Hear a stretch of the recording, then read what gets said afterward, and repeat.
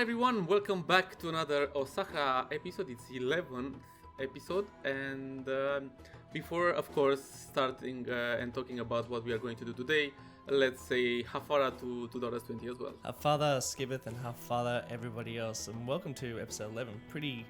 Yeah, man, we're flying through this series, aren't we? Yeah, exactly. We are very naughty boys and flying very fast. Indeed, very fast through this entire series, and I'm glad that still, even though I quite plopped lots of things and detailed this palace, the FPS is still good. Okay, I have to admit, it's also because I have a new PC and it's way much better than before, and well, that's a boost for my entire FPS, but even though I'm still glad that the FPS, it's workable, let's say. Yet. Yeah, it's good on my end too. Like I'm having no problems at the moment, which is really good. I guess like we don't really have that many people really living in Osahra at the moment. Like how many people? I can't read down there. Thousands. 5,000 plus. Oh. So it is something. Yeah, it's not too bad actually. Yeah. But I think the main thing is that we don't have too many trees on the map. I guess that counts quite a lot. I believe so. I'm not totally sure. But anyway, it's good that we have it. It's good. let's not jinx it. Yeah, that's right. So today we are doing the palace, the most. Not the most, but one of the most weighted builds, the Dictator's palace or the Dictator's house, or doesn't matter how we should say it. I'm curious what name I'm going to give to this episode. But we are doing the place where the big and almighty dictator lives. Even though we are two, we don't take it like that. We just imagine that it's another one. We are just he's the Muppet and we are the other guys behind him. Yeah, the city planners. Yeah, exactly. I want to mention something before we do and start, let's say, get more into the build. Today we are going to release the first assets made by our newest gang member, Los Gecko. He released some beautiful walls for this palace, and not only. There are some walls that we are going to use for the prison, and there are other walls that we are going to use for another build later on. But he will release the walls today, so that's a very cool moment, because this is his how should I say it? It's his premiere, right? Yeah, absolutely. Mm-hmm. And also. Beer Monkey did another little asset for us, and it's the little guard post, which is freaking beautiful. It's a small thing there, and I don't know. It has our flag's colors, and it is beautiful. You'll see it, everyone. You'll see it in a bit. But till then, let me just plop those beautiful walls that are made by Los Gecko. Oh man, how nice are these walls? They're like exactly the right color, and I like what you're doing here, just making them a little bit smaller. Like that is very clever. Man, he's so talented, and it looks so sweet already. Like I'm so excited to see what you end up building in this episode. Yeah, I know what you mean. I was also thinking too much and a lot. How should I do it? What should I do it? How should I plop it? Oh my God, how the gardens should look like, and so on. But after a few moments when I delete lots of stuff, I managed to find the proper combination. Everyone will see. I will cut quite a lot of parts when I will do the gardens, and not only. I will show just little bits of it, but I don't want to go too much into this. I mean, there is just me plopping bushes, flowers, and trees. That's all. and I don't believe someone wants to see me doing that for like 10 minutes or maybe more. Not even me, I don't want to see myself doing that. So yeah, I will do the cuts. This is the moment, this is the beautiful little guard post. Oh my god. Oh, that is great. This is the first time I'm actually seeing this too, and it's really nice. Like, that is so cool. Yeah, man, it is really beautiful. And also now I love that moment when I plot those flags. You know what? I'm so proud that we have a flag for our country, because now we can go nuts with it. I mean, it's beautiful. When you enter the palace, you see the flags, and there are also a few flags on the alley that leads to the main palace, which you saw me, guys, everyone, and you $2 saw me plop the same building 3 times in order to have one big, humongous building for the dictators. And up here, you will see I wanted to make can I call it a guest house for, I don't know, different diplomatic people that will come and visit our country or something? Yeah, because, absolutely. I feel like, or even, like that's a thing, isn't it? Like, don't they usually stay in a separate sort of lodge? Exactly. Also, well, usually I think in a dictatorship country, or in a country with dictatorship, not sure how many are going to visit that, but depends on this, because for example our former dictator in my country, in Romania, he was a dictator, but not that kind of a dictator. I mean, he has a different kind of regime, and he was the only dictators that let's say had good relations with the Western countries.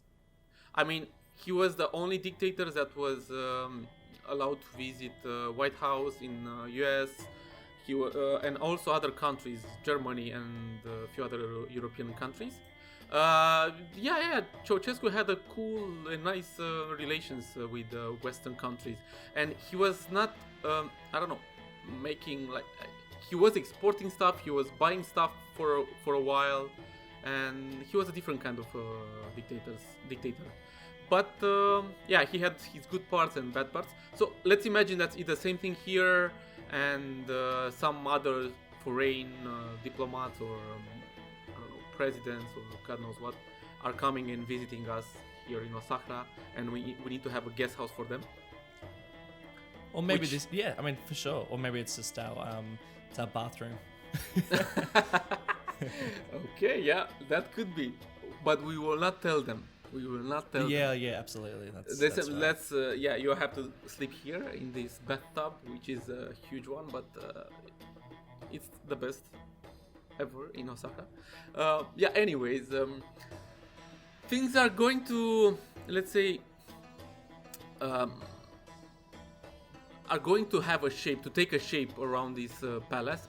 I believe it's quite big. I believe it is quite a big palace. But after all, once more, as we talked in the previous episode, in your episode, when we said that we kinda need big, gorgeous things that, even though we actually don't need it, but we want to have them because we want to show the entire world how great we are, or how what we can do. You know, this is what the dictators do always, every single time. I mean, you always have. Absolutely, yeah. Like, and you know, that's like I really love that sort of that look where like a lot of countries put a lot of effort into like one iconic, powerful element, but then the rest of it's not quite living up to that standard. You know, it's so showy, and I really love that. Like, I think it's really interesting. So that's what I was thinking about for the bridge. Like the bridge I made in the last episode, it's a really showy bridge, but the connections to the bridge is just really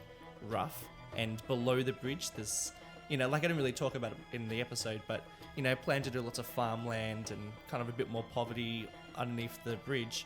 That really contradicts how the bridge actually looks. And I think it'd be really cool, like, around this palace to have, more kind of like slums, or even, kind of a bit more wasteland, or, a couple of hotels or something like this, but nothing really, I think it's really cool to have those contradictions in this sort of this sort of country we're kind of making. I don't know. Would you agree?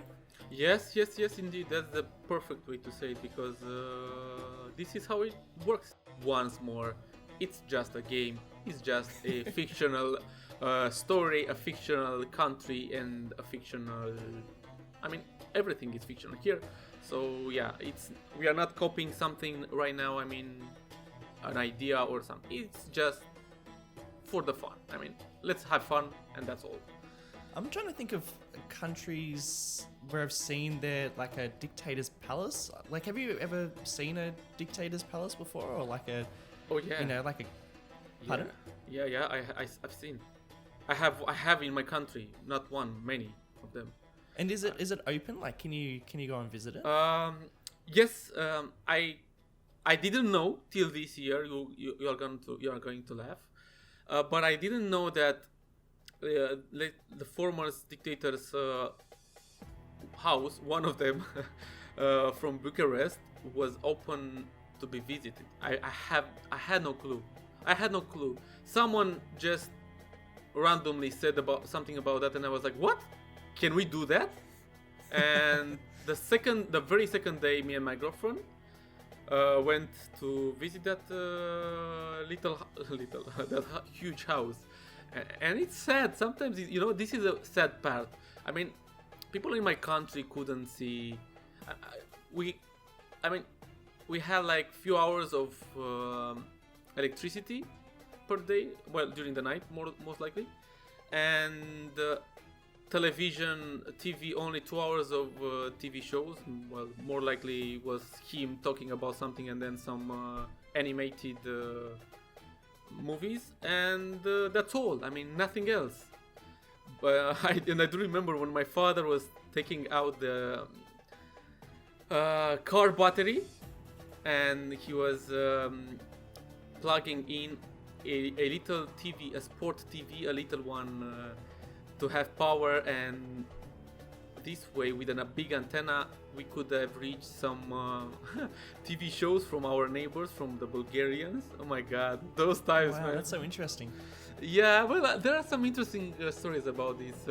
Many people hated Ceausescu. Some old people are still regretting him, and well, doesn't matter. I will not go into that because it's not the moment. But yeah, when I visited that house was like, I don't know. He had his own spa. He has his own cinema in the house when you could have him barely watch a movie. I mean, he was watching lots of movies. He had quite a lot, and humongous rooms, and luxury, and gold, and lots of things there. And that was just a little one of his houses. Plus, he made and he built that huge building. It's called People's House, or is the Parliament now there, which is the second largest building in the world. Once more, as we are talking today in this video, dictators do these kind of things, grandiose or huge things, buildings, or stuff like this, just to show the world that they can do it. Yeah, and I feel like Osahra is like no exception. We have those big powerful things. Even the pyramids that we've got there. Exactly. I mean, that's totally like a take from Egypt, but like, we're kind of claiming that as Osahra's own pyramids. So even for centuries and centuries, it's we've been making giant, grand structures. Exactly. That's the entire idea. So this is the same thing that I'm doing today here in for us, this palace, which, by the way, you know what? It took me like more than 10 minutes to figure it out. Where in the hell should I plop it? I mean, I was like, should I go here? No, it's too close to the main train station. Should I go here? These are the outskirts. No, where the crap should I do it? And I just rebuilt, let's say, the boulevard, which is and across the boulevard and across the main train station and the little district that is there, I managed to find this location, let's call it. And oh man, finding the location's the hardest part, I reckon. Yeah. I spend the majority of my build just going, where am I going to place this? How am I going to place this? and they're just building roads and demolishing roads and building things and demolishing them. Like it's, I'm sure people will probably agree that they probably, you know, if they're a detailer, then yeah, they probably spend half their time just figuring out where they're going to place something. Yeah, I believe everyone has the same issue. Even if you play like home and you don't show too much stuff, I don't know, you just do it for yourself. I'm sure you have the same problem. Thinking, where should I do this? Where should I play? How should I start it? And I mean, if you, again, as you said, if you do enjoy detailing, I mean, not that kind of detail is like props, prop by prop. But if you want to detail a city or a big something, you have to think for minutes, like where should this go? Because it eventually everything will go and will be built around it, and everything will take a shape and so on. So I think it's quite important. And I believe, and not I believe, I think we have in the next episodes we have to build the entire big city around this palace. I mean, on the right side and on the left side, because behind it is that hill mountain wannabe. So it's kind of impossible to build there, but we can build on the left side and also on the right side of this big palace. And this should be the main city, I know, the downtown, or how do I call it? Yeah. Well, Mr. $2, let's wrap it up here, because we are getting close to the end of this time lapse, and the cinematics will start pretty soon. And again, let's wrap it up. Let's thank to these beautiful guys that are, and gals and girls that are watching us and leaving us comments and feedbacks and liking our videos. And yeah, if you have anything else to say now. Just guys, thanks so much for the feedback. Like I said before, we take everything on board, and we're constantly sharing stories. I mean, we're sharing the stories that you're sharing, which are really, really cool. Don't forget to like our videos and to subscribe to our channels for more. Hit the bell icon always helps. And I'll see you guys next episode. Yep. Bye bye.